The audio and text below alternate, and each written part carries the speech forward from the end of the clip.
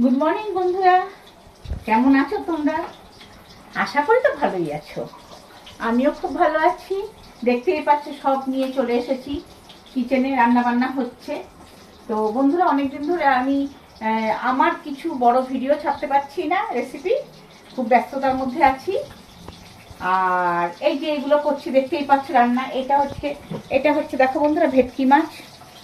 এই যে দুটো আছে এখানে, ভেজেছি। কালকে কিছুটা খাওয়া হয়েছে এবং কাস্টমারকে দেওয়া হয়েছে। আজকেও কিছুটা ভাজা হচ্ছে, কিছুটা রান্না করব। এখানে দেখো বন্ধুরা পনির, ওইখানে পনির আলুটা ভাজা হচ্ছে মশলা দিয়ে। আচ্ছা, এখানে কিছুটা চিকেন আছে, অল্প করে চিকেন। দেখো আমি মাছটা উঠে দেখি। দেখো বন্ধুরা, বাংলা ফিশ। একটা কাস্টমার আছে, অনেক কটাই কাস্টমার আছে, তারা একদম বলে দেয় যে আমি বাংলাটাই খাবো। তো তার জন্য ওনার জন্য করতে হবে। ওখানে চাক চাক করে আলু ভেজে রেখে দিয়েছি বন্ধুরা, দেখতে পাচ্ছ। তারপর ডাল হয়ে গেছে, ভাত হয়ে গেছে, বাঁধাকপির তরকারি হয়ে গেছে। তারপর আর একটা যেন কি তরকারি করলাম, শিম শিম পাতুরি হয়ে গেছে, সব হয়ে গেছে।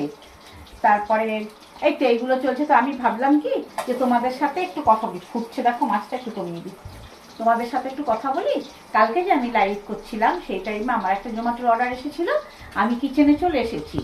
তো তার জন্য ক্ষমা চেয়ে নিচ্ছি তোমাদের কাছ থেকে বন্ধুরা। হ্যাঁ, আমার ভাই বোনেরা আছো, আমার পরিবারে যারা দিদি ভাইরা আছে, দাদা ভাইরা আছে, সবাইকে বলছি।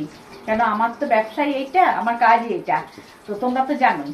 তার জন্যই ভাবলাম যে আমি একটা ছোট ব্লগ বানাই গুড মর্নিংয়ে, তার সাথে বলে দিই তোমাদের এই কথাটা।